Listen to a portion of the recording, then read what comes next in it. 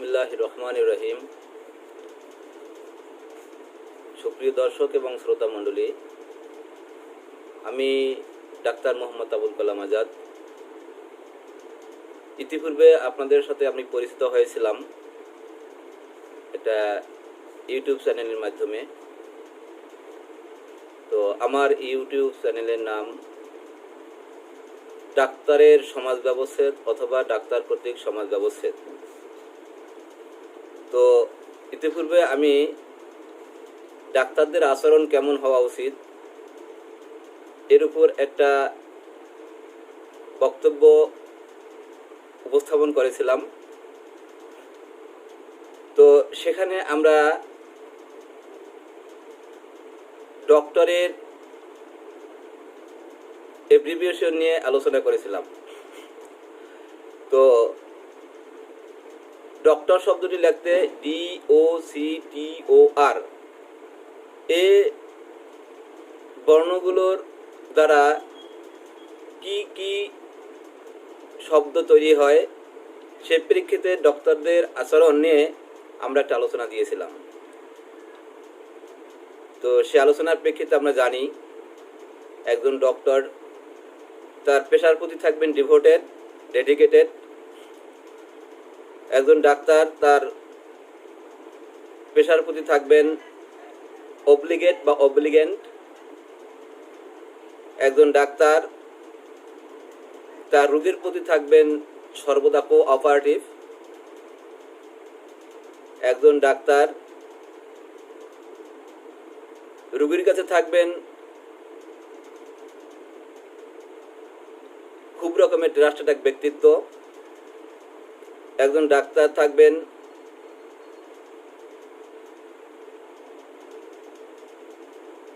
Orderly বা সংযত চরিত্রের।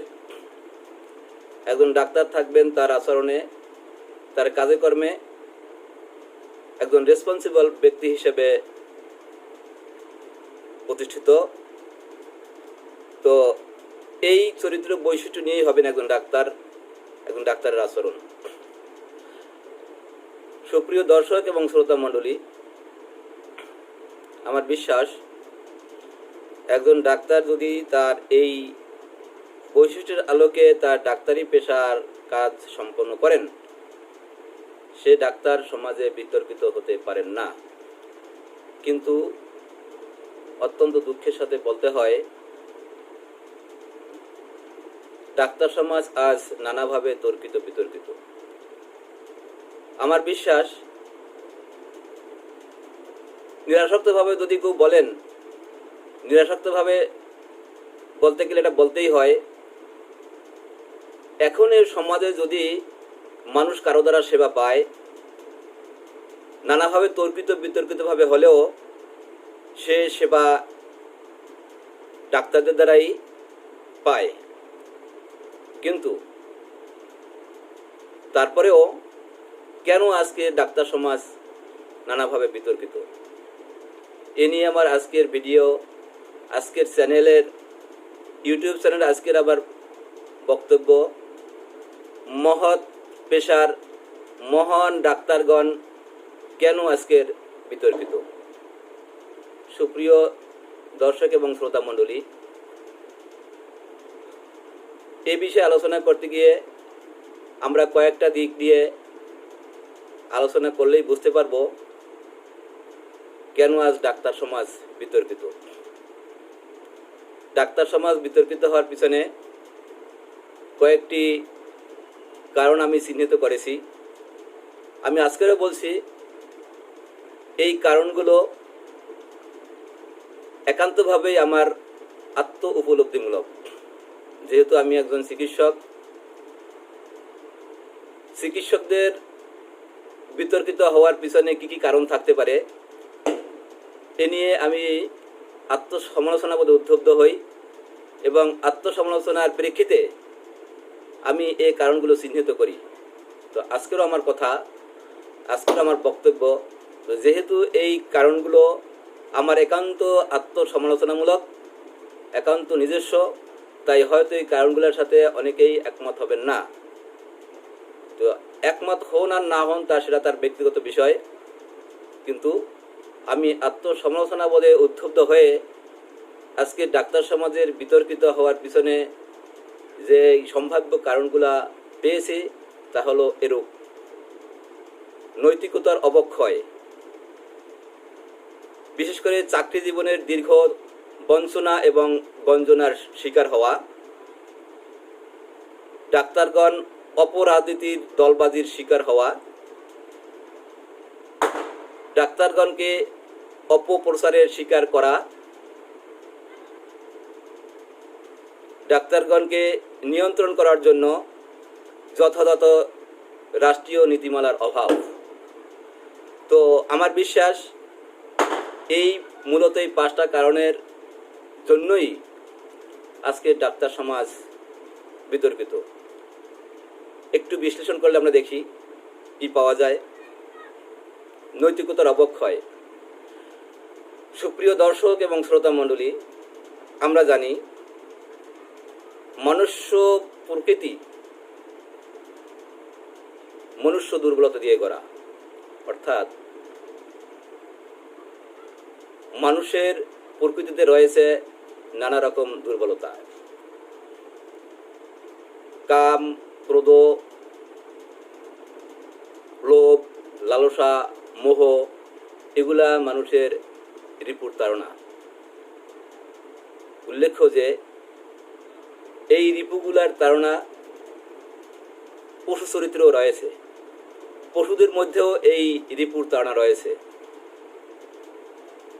তো মানুষের এই রিপুগুলোর ব্যবহার এবং পশুর ক্ষেত্রে এই রিপুগুলোর ব্যবহার এক এবং অভিন্ন হতে পারে না। তো মানুষকে মনুষ্য গুণাবলী সম্পন্ন রাখতে পাহারাদার হিসাবে কাজ করে মানুষের নৈতিকতা বোধ। এই নৈতিকতা বোধ কাম, ক্রোধ, মোহ, লোভ, লালসা এই রিপুর তাড়নাগুলোকে নিয়ন্ত্রিত করে ঠিক মানুষের মতো ব্যবহার করার জন্য কাজ করে নৈতিকতা বোধ। কাজেই এই দৃষ্টিকোণে নৈতিকতার যদি কোনো প্রকারে অবক্ষয় দেখা দেয়, নৈতিকতার কোনো রকম দুর্বলতা যদি দেখা দেয়, তাহলে সেই মানুষ আর পশুর পাশবিক আচরণের ভিতরে মূলত কোনো পার্থক্য থাকতে পারে না। কারণ আমরা আগেই বলেছি, মনুষ্যত্বের জন্য, মনুষ্যত্বকে টিকিয়ে রাখার জন্য নৈতিকতার পাহারাদার মানুষের জন্য স্রষ্টার দেওয়া একটা অন্যতম বৈশিষ্ট্য। আবার একই সাথে শ্রেষ্ঠদ্বীপ মানুষের জন্য প্রকৃতির আদালত বিবেক মনুষ্য চরিত্রে, মনুষ্য সত্তায় দিয়ে দেওয়া সেটার আরেকটা বৈশিষ্ট্য। এই দুইটা বৈশিষ্ট্যের কারণেই মানুষ পশুর থেকে পার্থক্যমণ্ডিত হয়। সুপ্রিয় দর্শক এবং শ্রোতা মণ্ডলী, অত্যন্ত দুঃখের সাথে বলতে হয় যে বস্তুবাদী জীবন ব্যবস্থা মানুষের এই নৈতিকতাকে অস্বীকার করে বসেছে। বস্তুবাদী জীবন ব্যবস্থা মানুষের নৈতিকতাকে শুধু অস্বীকারই করেনি, বস্তুবাদী জীবন ব্যবস্থা, বস্তুবাদী জীবন দর্শন মানুষকে পশুর সমতুল্য করে ফেলেছে। একে তো ডারউইনের সৃষ্টি তত্ত্ববাদ, বিশেষ করে মানুষ সৃষ্টির যেই ইতিহাসের বস্তুবাদী ব্যাখ্যায় মানুষ সৃষ্টির ইতিহাসের যে কথা বলা হয়েছে, সেখানে শ্রেষ্ঠজীব মানুষকে পশুর উত্তরাসুরি হিসেবে আখ্যায়িত করা হয়েছে। এটা শুধু তাত্ত্বিক নয়, বস্তুবাদীরা মানুষকে যে নৈতিকতা মানুষের অলংকার, যে নৈতিকতা মানুষের মনুষ্যত্বের পাহারাদার, সেই নৈতিকতাকে অস্বীকার করে মানুষকে বলগাহীন স্বাধীনতা দেওয়ার পক্ষপাতী। বাক এবং ব্যক্তি স্বাধীনতার নামে মানুষকে সকল প্রকার নৈতিকতার বাধা বন্ধনহীন করে দিয়েছে বস্তুবাদী জীবন ব্যবস্থা। বস্তুবাদী জীবন ব্যবস্থায় মানুষের জন্য আরও একটা চরম ক্ষতিকর দিক হলো এই যে তারা মানুষকে একটা উৎপাদনের যন্ত্র হিসেবে মনে করে। উৎপাদনের একটা যন্ত্রের কাজ যেমন শুধু উৎপাদন করা, এবং এই উৎপাদনের সক্ষম থাকতে যন্ত্রটির জন্য শুধুমাত্র ফুয়েল দিয়ে যথেষ্ট হয়। বস্তুবাদী জীবন ব্যবস্থা ঠিক মানুষকে এই উৎপাদনের যন্ত্রের মতো আখ্যা দিয়ে, এবং একটা যন্ত্রকে যেমন শুধুমাত্র উৎপাদন শেষে তার উৎপাদন ক্ষম থাকতে হলে শুধুমাত্র ফুয়েল দিয়েই তার স্থায়িত্ব, তার চলমান সত্তা টিকিয়ে রাখার দরকার করে এরা মনে করে, ঠিক মানুষের ক্ষেত্রেও তারা সেই তথ্যটা প্রয়োগ করে। মানুষকে সকল প্রকার মানবিকতা, মানবতা, মননশীলতা ইত্যাদি থেকে দূরে সরিয়ে ফেলেছে। তাই আজকে দেখি আমরা কি, আজকের এই বস্তুবাদী জীবন ব্যবস্থার জয় জয়কার যুগে একজন মানুষ শুধুমাত্র সবসময় জন্য এমনই চিন্তায় ব্যস্ত থাকেন কিভাবে বৈষয়িক উন্নতি লাভ করা যায়। বৈষয়িক আর্থিক উন্নতি এই বৈষয়িকতার যুগে, এই বস্তুবাদী জয় জয়কার অবস্থার যুগে একজন মানুষের দিবানিশি স্বপ্ন থাকে। মানুষের জন্য দুর্ভাগ্যজনক হলেও সত্য এই যে একটা মানব শিশু জন্মের পর থেকেই তাকে যেন এমনিভাবেই গড়ে তোলা হয় যে লেখাপড়া করবে, একটা ভালো পেশার অধিকারী হবে, এবং সে দুনিয়ার জীবনে ভোগ লালসা বিলাসিতার জীবন যাপন করবে। কিন্তু এটাই কি মানুষের জীবন? আমরা জানি শুধুমাত্র বৈষয়িকতার ভোগ বিলাসিতাই আর দুনিয়ার জীবনের খানিক জীবনের মধ্যেই মানুষ সৃষ্টির উদ্দেশ্য সীমাবদ্ধ নয়, বরং মানব সৃষ্টির পিছনে একটা মহান উদ্দেশ্য আছে স্রষ্টার। আগেই বলেছি, তথাকথিত বাক এবং ব্যক্তি স্বাধীনতা এবং মুক্ত চিন্তা এবং মুক্ত বুদ্ধির নামে বস্তুবাদ মানুষকে এই চিন্তা ভাবনা থেকে দূরে সরিয়ে ফেলেছে। আজকের যুগের মানুষ এই কথাটা চিন্তা করেন একবার যে দুনিয়ার এই ক্ষণিকের জীবন শেষে আমার একটা পরিণতি আছে। মৃত্যু নামক সেই পরিণতির মাধ্যমে আমাকে অবশ্যই অবশ্যই একদিন এই দুনিয়ার জীবন শেষে অসীম অনন্তকালের এক জীবনের ধাপে চলে যেতে হবে। বিশ্বাসীদের ভাষায় সেটা পরকাল। তো এই দুনিয়ার জীবনের সমুদায় কাজকর্মের জন্য কাল সেই পরকালের জীবনে স্রষ্টার কাছে, বিশ্বাসীদের ভাষার আল্লাহর কাছে আমার পুঙ্খানে জবাবদিহি করতে হবে। এই মানসিকতা যদি একজন মানুষ লালন করেন, এই উপলব্ধি যদি একজন মানুষ লালন করেন, তাহলে দুনিয়ার জীবনকে শুধুমাত্র ভোগের জীবনে পরিণত করতে একজন মানুষ পারে না। কিন্তু আমরা আগেই বলেছি, বস্তুবাদী দর্শন মানুষকে এই চিন্তা ভাবনা থেকে যোজন যোজন কিলোমিটার দূরে সরিয়ে রেখেছে। দুঃখের সাথে বলতে হয়, বিশেষ করে ইউরোপীয় সাম্রাজ্যবাদ তাদের এই চিন্তা ভাবনাকে তাদের সাম্রাজ্যভুক্ত দেশগুলোতে ছড়িয়ে দিয়েছে। তাদের উপনিবেশভুক্ত দেশগুলোতে তাদের মতো করে শিক্ষা ব্যবস্থার কারিকুলাম প্রণয়ন করে তাদের এই জীবন দর্শনকে প্রতিষ্ঠিত করেছে।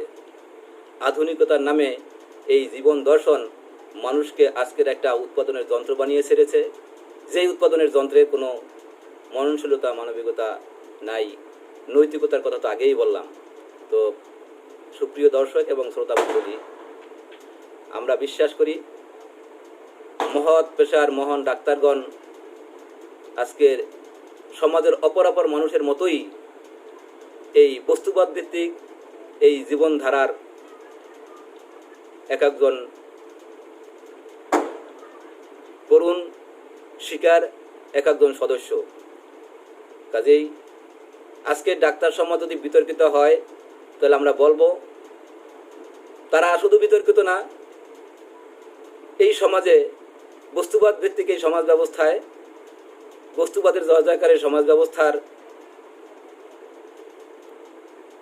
করুণ শিকার অপর মানুষগুলোর মতোই ডাক্তার সমাজও আজকের পরিস্থিতির শিকার মাত্র। কাজেই ডাক্তারগণ নিজেদেরকে একজন উৎপাদনের যন্ত্র হিসেবে মনে করেন। ডাক্তারগণ নিজেদের বৈষয়িক উন্নতির জন্যই অপর পেশাদারের লোকদের মতোই আজকের নিজেদেরকে সদা চিন্তিত রাখেন, যার জন্য যেখানে নৈতিকতার বেরিয়ার নেই সেখানে তাদের কাজকর্ম প্রশ্নবোধক হতে বাধ্য। আমরা আগেই বলেছি বস্তুবাদী জীবন ব্যবস্থার শিকারী আজকে ডাক্তার সমাজ, এবং এই বস্তুবাদী জীবন ব্যবস্থার ভোগবাদী জীবন চর্চাই আজকে ডাক্তার সমাজকে বিতর্কিত করেছে। তো এই হলো 1 নম্বর কথা। 2 নম্বর কথা হলো বিশেষ করে পেশার জীবনে বা চাকরির জীবনে বঞ্চনার শিকার আজকে ডাক্তার সমাজ। সেটা কিভাবে আমরা একটু উদাহরণ দিলে বুঝতে পারবো। মনে করুন একই বিসিএস পরীক্ষা দিয়ে একজন ডাক্তার মেডিকেল অফিসার হিসেবে চাকরি জীবনে প্রবেশ করেন। একই বিসিএস পরীক্ষায় একজন জেনারেল শিক্ষিত লোক, ধরেন প্রশাসন ক্যাডারের একজন লোক হোক না কেন, একজন অফিসার এসি ল্যান্ড হিসাবে চাকরিতে ঢোকেন। আমি যোগ্যতার বিচারে কাউকেই অবমূল্যায়িত করব না। দুজনেই বিসিএস ক্যাডার অফিসার, এটাই সবচেয়ে বড় কথা। দুজনেই এক্ষেত্রে আমি মনে করি সমান যোগ্যতার অধিকারী। কে প্রথম বেঞ্চের ছাত্র জীবনের, কে থার্ড বেঞ্চের ছাত্র, এ কথা আমি বলতে চাই না। আমি এটাই বলতে চাই দুইজনই একজন বিসিএস ক্যাডার অফিসার।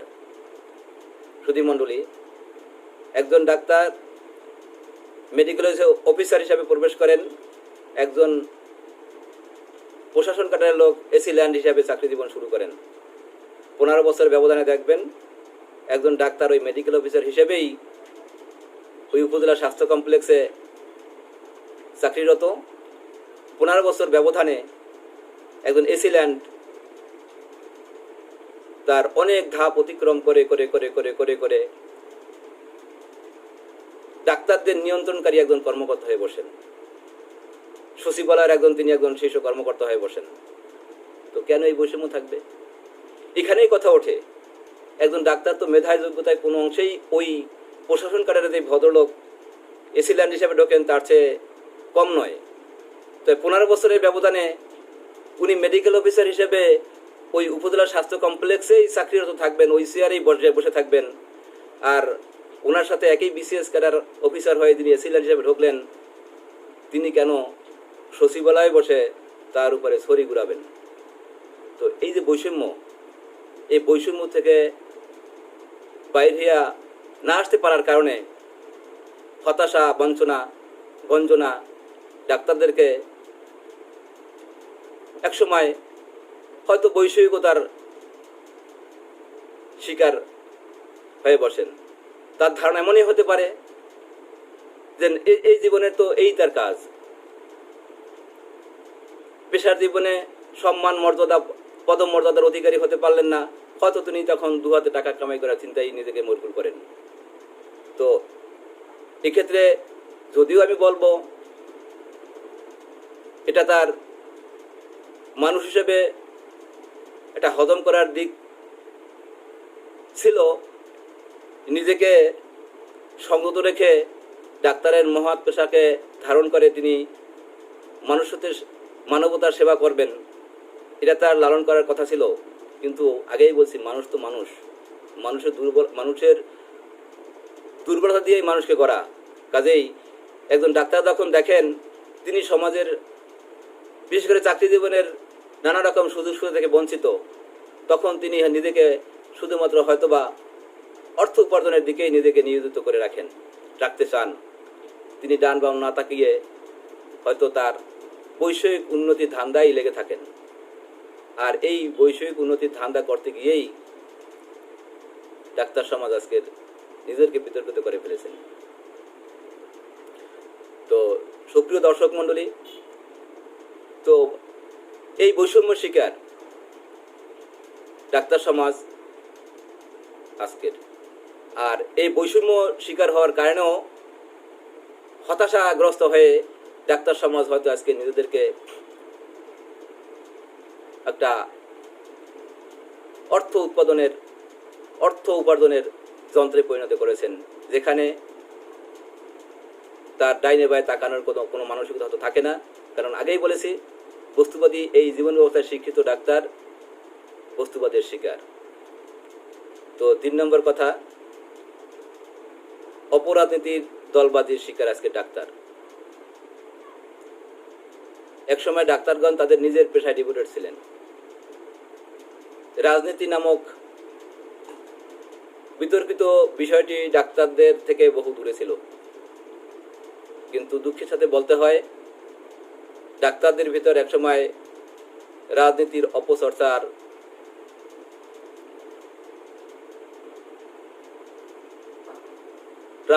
অপচর্চা ঢুকে বসে। বিশেষ করে আমাদের দেশের প্রেক্ষিতে আমরা দেখি, বিভিন্ন নামে ডাক্তারদের সংগঠন আছে। সেই ডাক্তার সংগঠন যেই দল যখন ক্ষমতায় থাকে, সেই দল সমর্থিত ডাক্তার সংগঠন সরকারের নানা রকম সুযোগ সুবিধা গ্রহণ করে ভিন্ন মতাবলম্বী ডাক্তারদেরকে নানাভাবে হেনস্থা করে থাকেন, নানাভাবে সুবিধা বঞ্চিত করে থাকে। আমি অনেক ডাক্তারকে জানি যারা চাকরি জীবনের দীর্ঘ সময় অতিক্রান্ত হওয়ার পরেও, তাদের যোগ্যতা থাকা সত্ত্বেও, শুধু দলবাজির শিকার হওয়ার কারণে তারা যথাসময়ে যথা টাইমে প্রমোশন পান না, যথাসময়ে যথাযথ পদের অধিকারী হতে পারেন না।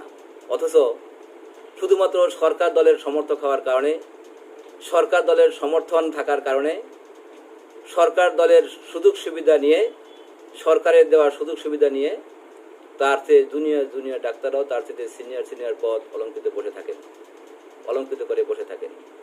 তো এই যে বঞ্চনা, এই যে পরিস্থিতির শিকার হওয়া, এই পরিস্থিতির শিকার হওয়াও অনেক সময় ডাক্তারকে হতাশাগ্রস্ত করে, এবং এই হতাশার কারণে ডাক্তারগণ হয়তো তখন নিজেকে তিনি অর্থ উৎপাদনের একজন যন্ত্র হিসেবেই নিয়োজিত করে বসেন। তো এটাও ডাক্তারকে আজকে বিতর্কিত করার জন্য অন্যতম কারণ। 4 নম্বর যে কারণ, ডাক্তারগণ আজকে দুর্ভাগ্যজনক হলেও সত্য অপপ্রচারের শিকার। সুপ্রিয় দর্শক এবং শ্রোতা মণ্ডলী, আমরা দেখি, দুর্ভাগ্যজনক হলেও সত্য, হাসপাতালে কোনো রোগী যখন মারা যায়, আসলে কথাটা তিক্ত হলে অনাকাঙ্ক্ষিত হলেও সত্য, যে হাসপাতালে যখন একজন রোগী মারা যায়, তখন জাতির বিবেক, কলম সৈনিক, সাংবাদিকগণ অগ্রপশ্চাৎ না ভেবে, কোনো প্রকার তদন্ত কমিটির রিপোর্ট না জেনে, তদন্ত করার সুযোগ না দিয়েই ওনাদের একটা মুখস্থ কথা লিখে বসেন, সংবাদ মাধ্যমে প্রচার করেন, ওনাদের প্রিন্টিং মিডিয়ায়, যে ডাক্তারদের ভুল চিকিৎসায়, ডাক্তারদের অবহেলায় রোগী মারা গেছে। তো আমি আমার এই বক্তব্যের মাধ্যমে আমার শ্রদ্ধাভাজন সুপ্রিয় সাংবাদিক ভাইদেরকে প্রশ্ন করতে চাই, আচ্ছা, রোগী তো মারা হাসপাতালেই যায়, রোগী তো মারা হাসপাতালেই যাবে, রোগী তো খেলার মাঠে মারা যাবে না। আপনারা কেউ বলতে পারবেন, পৃথিবীর কোনো মানুষ বলতে পারে যে যত মানুষ হাসপাতালে যাবে সব মানুষই বেঁচে যাবে এবং সব মানুষকেই বাঁচিয়ে রাখা সম্ভব হবে? তাই যদি হয়, তাহলে মরণ নামক এই যে এই পরিণতিটা তো মানুষ জয় করে ফেলতেন। সুপ্রিয় দর্শক এবং শ্রোতা মণ্ডলী, তো আমরা এই জন্য বিশ্বাস করতে পারি যে হাসপাতালে যারা যাবে সব মানুষ বাঁচবে না, কোনো না কোনো মানুষের পরিণতি বরণ করতেই হবে। আর আমি আবারও বলছি, চিকিৎসার জন্য বেঁচে থাকার তাগিদেই হাসপাতালে মানুষ যায় এবং মানুষ মারা হাসপাতালেই যায়, হাসপাতালেই যাবে। কিন্তু আমাদের স্বীকার করতেই হবে মানুষের একটা সীমাবদ্ধতা আছে। আমি একজন ডাক্তার, আমি একজন এমন মানে স্থানের ডাক্তার যেখানে মানুষের সর্বশেষ অবস্থায় মানুষকে নেওয়া হয়, সেই আইসিইউতে রাখা হয়, সেই আইসিইউ আমি দেখি, আইসিইউতে কাজ করা আমি একজন ডাক্তার। তো এই মানুষ যখন আইসিইউতে যায় তখন এমন এমন সময় আসে যখন আমাদের সব সব প্রচেষ্টা শেষ হয়ে যায়, আমরা কিছুই আর করতে পারি না, শুধুমাত্র তাকিয়ে তাকিয়ে দেখা ছাড়া যে একটা মানুষ আমাদের হাতের মধ্যে মারা যাচ্ছে। আমরা তাকিয়ে তাকিয়ে দেখছি, শুধু বসে দেখি না, বসে থাকি না, বসে দেখি না, আমরা চেষ্টা করি কিন্তু দেখি একসময় আমাদের চেষ্টা শেষ। মানুষ হিসেবে মানুষের চেষ্টা শেষ, আর কিছু করার থাকে না, এমনি অবস্থায় মানুষ মারা যায়। তো আসলে কোনো ডাক্তারই চায় না তার একজন রুগী মারা যাক। আসলে আমার কাছে এই বিশ্বাস আসে না একজন ডাক্তার চায় যে তার অবলে একজন মানুষ মারা যাক। কিন্তু দুঃখের সাথে বলতে হয়, আমার শ্রদ্ধেয় সাংবাদিক সমাজ, জাতির বিবেক কলমঠনিক সাংবাদিক সমাজ, হাসপাতালে একজন রুগী মারা গেলেই একেবারে গদবাঁধা একটা কথা লিখে দেন সংবাদপত্রে যে ডাক্তারের ভুল চিকিৎসায়, ডাক্তারের অপচিকিৎসায় রুগী মারা গেছে। অথচ তাদের এই কথা বলার সোর্স হিসাবে তারা গ্রহণ করেন কি? কোথা থেকে তারা এই কথাটা পান যে অবহেলায় মারা গেছে, ভুল চিকিৎসায় মারা গেছে? তারা বলেন রুগীর অ্যাটেন্ডেন্স, রুগীর কাছের জন, আত্মীয় স্বজনের কাছ থেকে তারা শুনে এই কথা লেখেন। সুপ্রিয় দর্শক এবং শ্রোতা মণ্ডলী, একজন মানুষ মারা গেলে তদন্ত ছাড়া, বিশেষজ্ঞ কমিটির তদন্ত ছাড়া কি এমনি এমনি বলে দেওয়া যায় যে অবহেলায়, অপচিকিৎসায়, ভুল চিকিৎসায় মারা গেছে? যায় না। তার সেই সংবাদের সোর্স আবার কারা? রুগীর অ্যাটেন্ডেন্স। আমাদের দেশে রুগীর অ্যাটেন্ডেন্স কেমন সচেতন, আমি আমার ডাক্তারি জীবনের একটা উদাহরণ দিলে হয়তো আপনারা বুঝতে পারবেন। আমি তখন বরিশাল মেডিকেল কলেজের অ্যানেস্থেসিওলজি বিভাগে কাজ করি। আমার তখন ওই দিন আমার জরুরি দায়িত্ব ছিল, অনকল ডিউটি ছিল। তো গাইনি বিভাগ থেকে একটা সিজার করার জন্য আমি কল পেলাম। আমি যথা টাইমে উপস্থিত হয়ে আমার ডিপার্টমেন্টে অপেক্ষা করতেছি, না সিজার তো আসে না। একসময় আমি গাইনি ইউনিটে যাইয়া দেখলাম যে সিজার যিনি অপারেশন করবেন সেই গাইনি ইউনিটের সহকারী রেজিস্ট্রার এবং আরও মেডিকেল অফিসার, ইন্টার্নি ডাক্তারেরা অপেক্ষা করতেছেন। কিছুক্ষণ পর যেই রুগীর সিজার হবে তার স্বামী এসে বলতেছে, আপা রক্ত তো জোগাড় করতে পারি নাই। বলা বাহুল্য যে ওই রুগীর জরুরি অপারেশনের জন্য জরুরি পেতে রক্তের দরকার ছিল, কিন্তু উনি রক্ত জোগাড় করতে পারছিলেন না।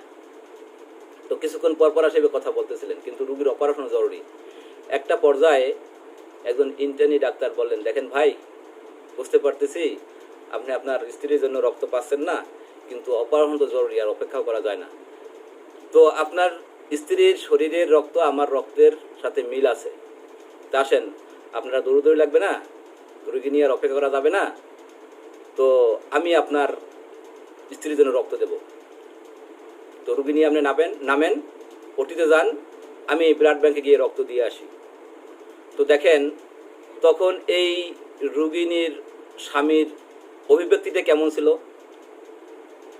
আপনারাই মূল্যায়ন করবেন। তখন উনি ওই ডাক্তারকে একটা ধমক দিয়ে বলেন, হ্যাঁ আপনি রক্ত দেবেন আগে বলবেন না? আমাকে এত হয়রানি করার পরে, আমাকে এত কষ্ট দেওয়ার পরে এখন বলছেন আপনি রক্ত দেবেন? এতক্ষণ আপনি আমাকে কেন হয়রানি করলেন? এতক্ষণ রক্ত দেওয়ার কথা কেন বললেন না? এই হলো আমাদের দেশের রুগীর সাথে যারা থাকেন অ্যাটেন্ডেন্সের সচেতনতা বোধ।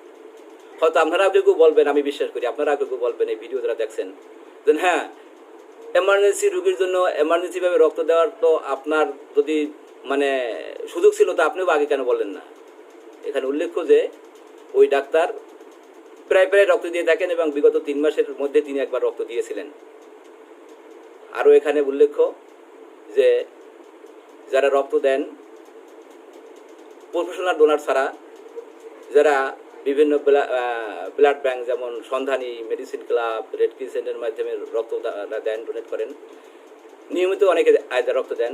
তো নিয়মিত রক্ত দানের ক্ষেত্রে চিকিৎসা বিজ্ঞানের একটা প্রতিষ্ঠিত কথাই যে রক্ত এক ব্যাগ রক্ত দেওয়ার পরে কয়েক ঘন্টা থেকে কয়েকদিনের ভিতরেই রক্তের কোয়ান্টিটিগত মাত্রা ঠিক হয়, কিন্তু কোয়ালিটি ঠিক হতে 3 মাস সময় লাগে।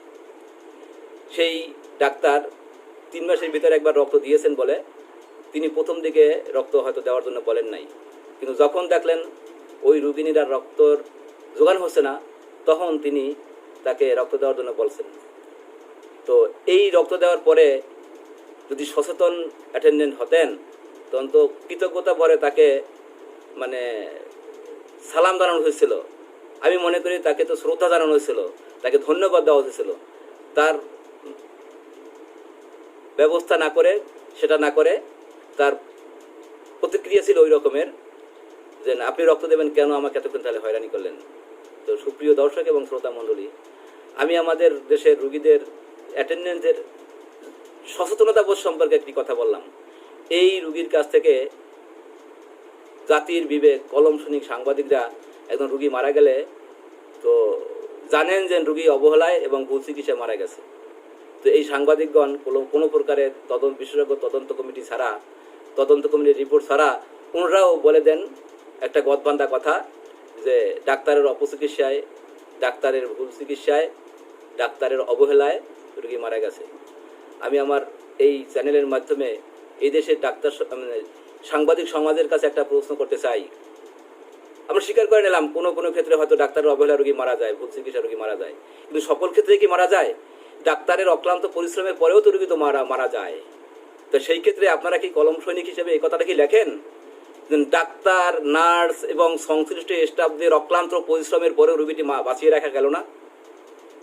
সুপ্রিয় দর্শক এবং শ্রোতা মণ্ডলী,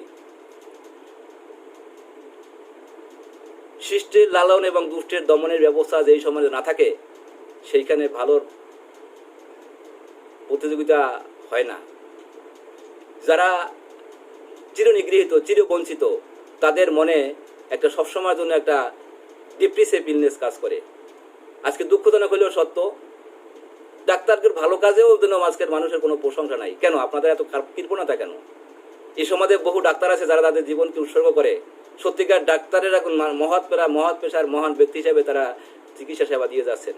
কই আপনারা কলম সৈনিক হিসাবে সেই সব ডাক্তারদের তো সুখ্যাতি প্রশংসা গিয়ে কোনো লেখা লেখেন না? তো কেন কেন ডাক্তারদের বিরুদ্ধে আপনারা সুযোগ পেলে এইভাবে অপপ্রচার করেন? আপনারা ডাক্তারের ভালো ভালো দিক তুলে ধরে সুপ্রচারও করেন, প্রশংসার বাণীও কিছু বলেন, ডাক্তাররা তাদের ভালো কাজে আরও উৎসাহিত হবে। কাজেই আমি বিশ্বাস করি ডাক্তারগণ বিতর্কিত হওয়ার পিছনে তাদের ব্যাপারে এইরূপ অপপ্রচার আজকের অনেকটা দায়ী। তো সর্বশেষ যে কারণ হিসেবে বলবো, যথাযথ রাষ্ট্রীয় নীতিমালার অভাব। আমরা আগেই বলেছি ডাক্তার কিন্তু মনুষ্য দুর্বলতা দিয়ে মানুষ ডাক্তার করা, আর এই মানুষ ভুল করতেই পারে, মানুষ ভুল ত্রুটির ঊর্ধ্বে নয়। তো সেই ভুল ত্রুটি সংশোধন করিয়ে তাদেরকে সত্যিকার পথে রাখার জন্য 2টি বিধি কার্যকর ঔষধ হিসেবে ব্যবহৃত হয়। একটি বিধি হলো মানুষের নৈতিক শিক্ষা, আর একটা হলো সমাজ বা রাষ্ট্রীয় আইন ব্যবস্থা। সুপ্রিয় দর্শক এবং শ্রোতা মণ্ডলী, আজকে দুঃখের সাথে বলতে হয় যে আমাদের সমাজ ব্যবস্থার প্রেক্ষিতে আজকে বলতে হয় আমাদের সামাজিক রাষ্ট্রিক আইন ব্যবস্থা কোন পর্যায়ে সেটা আমি বলবো না, রাজনৈতিক কথা নিয়ে আমি আলোচনা করব না। আর নৈতিকতার কথা তো আগেই বললাম যে নৈতিকতার অবক্ষয়, বস্তুবাদী জীবন ব্যবস্থা, মানুষকে পশুর তুল্য বানিয়ে ছেড়েছে, উৎপাদনের যন্ত্র বানিয়ে ছেড়েছে। সেখানে নীতিশিক্ষার কোনো সুযোগ নেই। আজকের শিক্ষা ব্যবস্থায় নীতিশিক্ষার কোনো সুযোগ নেই। আজকের আইন ব্যবস্থায় কাগজ কলমে আইন আছে, বাস্তব জগতে কোনো আইন নেই। আগেও বলেছি, একই দেশে একই মানুষের মধ্যে আমরা দেখি আইনেরও বৈষম্যের শিকার। আমরা আগেই বলেছি, সরকার দলের ডাক্তার যদি হন তিনি তো সকল প্রকার আইনের ঊর্ধ্বে, আর যদি ভিন্ন মতের ডাক্তার হন তিনি সকল প্রকার নিগ্রহের শিকার হন। তো এমন ব্যবস্থাপনায় মনুষ্য দুর্বলতা দিয়ে তৈরি যে মানুষ, এই মানুষই তো একজন ডাক্তার। তাকে কে নিয়ন্ত্রণ করবে? তাকে কে ভালো পথে রাখার চেষ্টা করবে? সরকারের ভূমিকা আছে না? আমি একটা কথা বলে আমি শেষ করব আমার কথা। আমি তখন একটা সরকারি স্বাস্থ্য কমপ্লেক্সে চাকরি করি। তো ওই আমাদের থাকাকালীন সময়ে তৎকালীন সরকারের একজন চিকিৎসক, সরকার সমাজের একজন সরকারের সমর্থিত দলের একজন চিকিৎসক মেডিকেল অফিসার হিসেবে যোগদান করলেন। সব ডাক্তার যেখানে তাদের নৈতিকতা বোধের কারণে হোক, বাধ্যবাধকতার কারণে হোক, পেশার প্রতি যেভাবে হোক না কেন নিয়মিত চাকরি করেন, নিয়মিত অফিসে উপস্থিত হন। আর সরকার দলের সেই ডাক্তার উনি চাকরিতে যোগদান করে মাঝে মধ্যে তিনি কর্মস্থলে যান। আমি তাকে 2 মাস সেখানে চাকরি করতে দেখেছি। এই 2 মাসের ভিতরে 15 দিনের ব্যবধানে তাকে 4 দিন আমি অফিসে যেতে দেখেছি। এবং সে তার অফিস করার ধরন ছিল এরকমের যে তিনি টিএইচও মহোদয়ের রুমে গিয়ে খোঁজ গল্প করে করে চা পানি খেয়ে খেয়ে উনি চলে আসেছেন। তো এমনি করে করে 2 মাস পরে শুনলাম উনি ওখান থেকে ট্রান্সফার হয়ে ঢাকায় চলে এসেছেন। সুধী মণ্ডলী, বাংলাদেশের নবীন ডাক্তারদের জন্য একটা আইন আছে যে প্রথমে তার কর্মস্থল হিসাবে মফস্বলের কোনো একটা এলাকাকে চিহ্নিত করা হয় এবং সেখানে তাকে নিয়োগ দেওয়া হয়। আইনটি হলো এমন যে নবীন ডাক্তারদের প্রথম 2 বছর গ্রাম অঞ্চলে মফস্বলে চাকরি করতে হয়, কিন্তু অন্যান্য সকল ডাক্তারদের 2 বছর না, বছরের পর বছর, যুগের পর যুগ চাকরি করার বাধ্যবাধকতা থাকলেও, বাধ্য হয়ে চাকরি করলেও, বিশেষ করে এই জাতীয় ডাক্তার যারা সরকার দলের সমর্থক অথবা কোনো বড় আমলা অথবা এই জাতীয় কোনো শক্তিধর ব্যক্তির আত্মীয় স্বজন বা কাছের জন যারা ডাক্তার, তাদের জন্য আইন প্রযোজ্য না। তারা চাকরি যোগদান করার 2-1 মাসের ভিতরেই, কয়েকদিনের ভিতরেই তারা তাদের পছন্দ মতো জায়গায়, বিশেষ করে ঢাকাতে চলে আসেন। তো এই হলো ডাক্তারদের জন্য রাষ্ট্রীয় আইন ব্যবস্থা।